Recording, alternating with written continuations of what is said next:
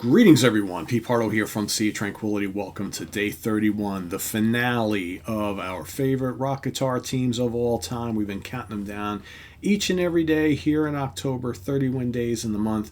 Our 31 favorite rock guitar teams. Again, hard rock, classic rock, regular rock, heavy metal, all forms of metal, progressive rock, whatever. Two or more guitar players working together to create some great music.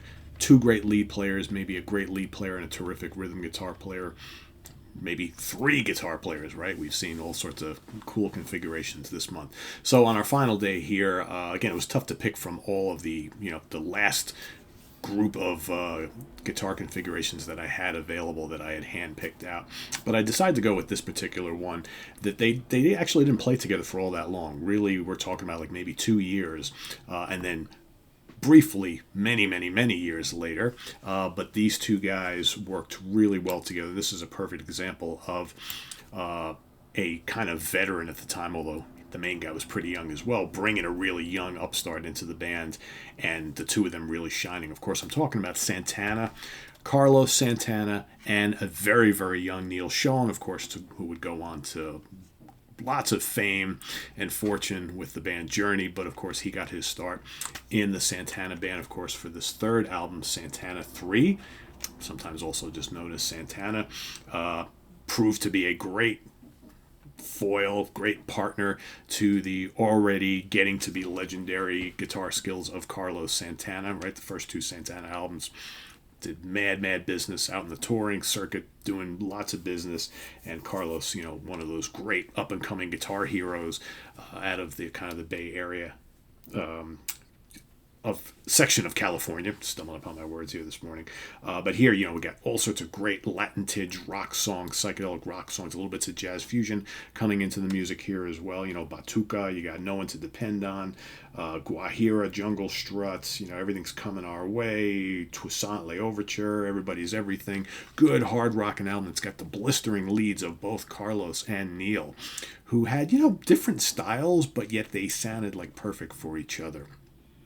And then they would kind of continue on one more album together. They would do the massively underrated, in my opinion, Caravanserai album, which is, much different than this, much different than the first two albums. The first three albums were very vocal oriented, with lots of instrumentals as well, but just this real rambunctious, fiery Latin rock type of thing. And all of a sudden here, things are getting atmospheric and very jazzy, kind of proggy even. This is kind of like Santana's Fusion album.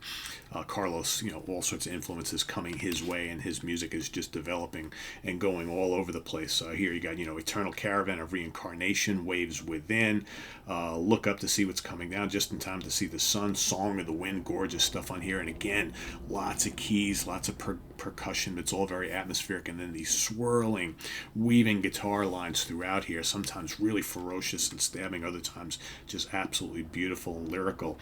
And I think it's on this album really where the skills of Neil Schon really starting to shine. Of course, him and Greg Raleigh would break away from Santana shortly after that and go on to form Journey. How about those first couple Journey albums, right? Very different from the big stadium rock, arena rock with Journey later on. I think the early Journey stuff is very much a breakaway from this into something maybe not quite as ethereal, but certainly utilizing all the jazz and jazz fusion elements that you hear so much on this particular album. Of course, Neil and Carlos would work together many years later, right, for the Santana 4 album, which is basically just a continuation of that band from those two albums, right? Modern day. There they all are, much older, much wiser. This is really good as well. I saw them on this tour. It was absolutely amazing seeing Neil and Carlos up there together next to each other. Just absolutely amazing. So, again, didn't work together for too long, but we've seen a few of those this month where we've had some guitar teams who were just so spectacular for that short period of time, and then that kind of fizzled and they went their separate ways and whatever, but still what they left behind was absolutely amazing. So that is my pick for here, day 31, but as I mentioned, I do have some honorable mentions for you, right? Ones that didn't quite make the cut, but they're going to be mentioned here, so they're still absolutely amazing, and I did wanted to run these by you. And I'm sure there's others that I'm forgetting here, but we're going to go through some of the main ones that were under consideration throughout the month. How about Mastodon? Great modern day metal band. Brent Hines and Bill Kelleher. Brent's the lead guitar player. Bill is the rhythm guitar player. Fantastic pairing. The Grateful Dead, Jerry Garcia and Bob Weir. Again, Jerry the lead player, Bob the rhythm player, although Bob did play some leads here and there. Blackfoot, these guys almost made the top 31. Ricky Medlock and Charlie Hargret, again, both fantastic lead and rhythm players.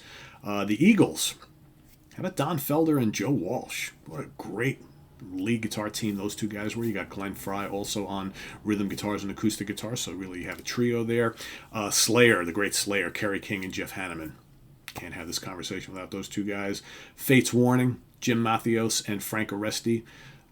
Both played lead, although Frank a little bit more on the leads, Jim more on the rhythms. The Johnny Winter and Band, Johnny Winter and Rick Derringer. Kick ass right there. Y&T, Dave Minichetti and Joey Alves.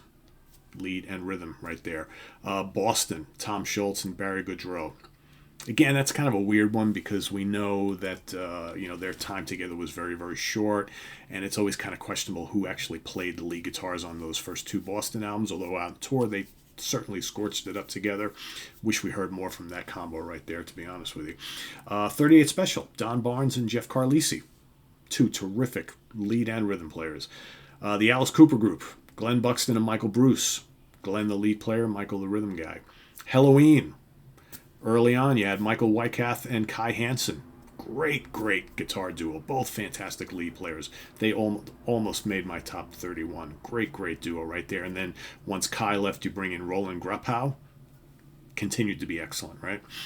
Let's see. Alter Bridge. Mark Tremonti and Miles Kennedy.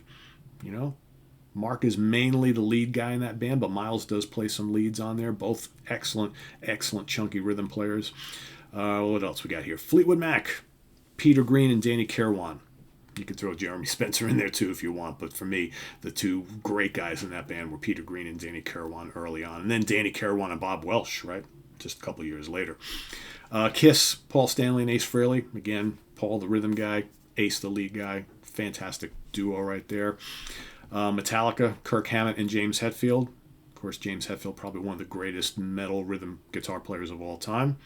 Kirk Hammett, pretty good lead player. Exodus, Gary Holt and Rick Hunolt. Terrific team.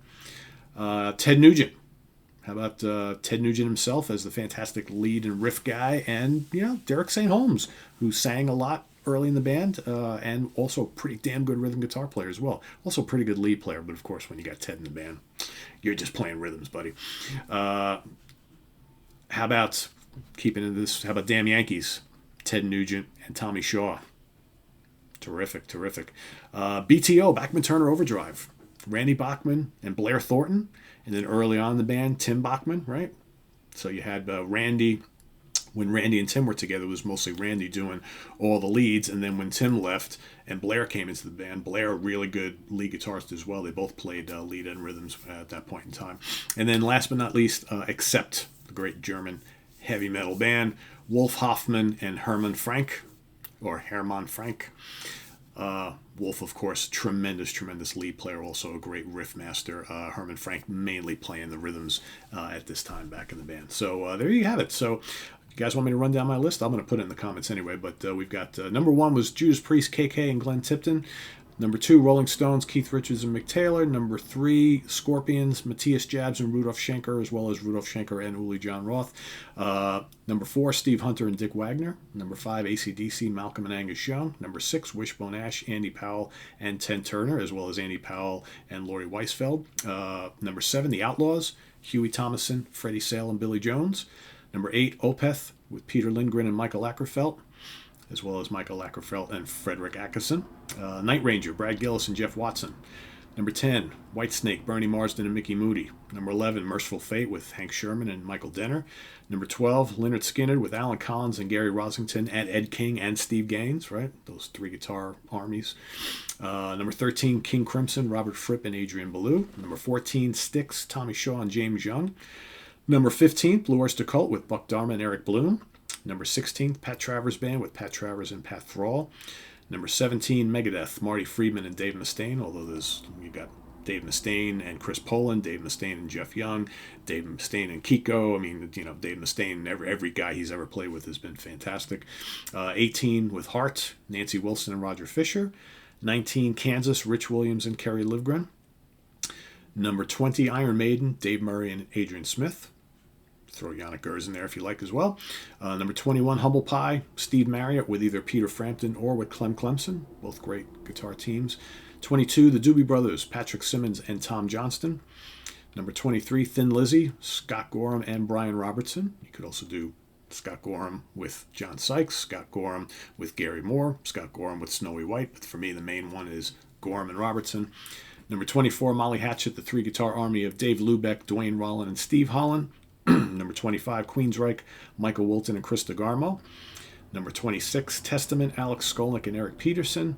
27, the Allman Brothers Band, Dwayne Allman and Dickie Betts, as well as Dickie Betts and Warren Haynes, as well as Warren Haynes and Derek Trucks. Number 28, Aerosmith, Joe Perry, Brad Whitford. Number 29, the Beatles, George Harrison and John Lennon. Number 30, Tesla, Frank Hannon and Tommy Skiak. And number 31, Carlos Santana and Neil Schon. So there you have it, everybody. Thanks for watching each and every day here throughout the month as we counted down our favorite rock guitar teams. Like I said, tomorrow we start a new month. It's November 1st, so tomorrow we'll be taking a look each and every day at my favorite female-fronted bands of all time, female-fronted rock bands of all time. So 30 of them. I'll be listing my pick. You'll be listing your pick each and every day, not in any real order. Just going to kind of throw them out there all throughout the month. And we'll see you tomorrow as we start our favorite female-fronted rock band. So until then, I am Pete Pardo. Please subscribe if you haven't already and click on that notification bell. We've also got the links below to our Ko-Fi page for channel donations, as well as our merch page where you can get all sorts of cool Sea of Tranquility stuff. And please hit that like button before you leave. So thanks again, everybody. Enjoy your Halloween, and we'll see you tomorrow morning as we talk about the ladies for a month. Take care. Bye-bye.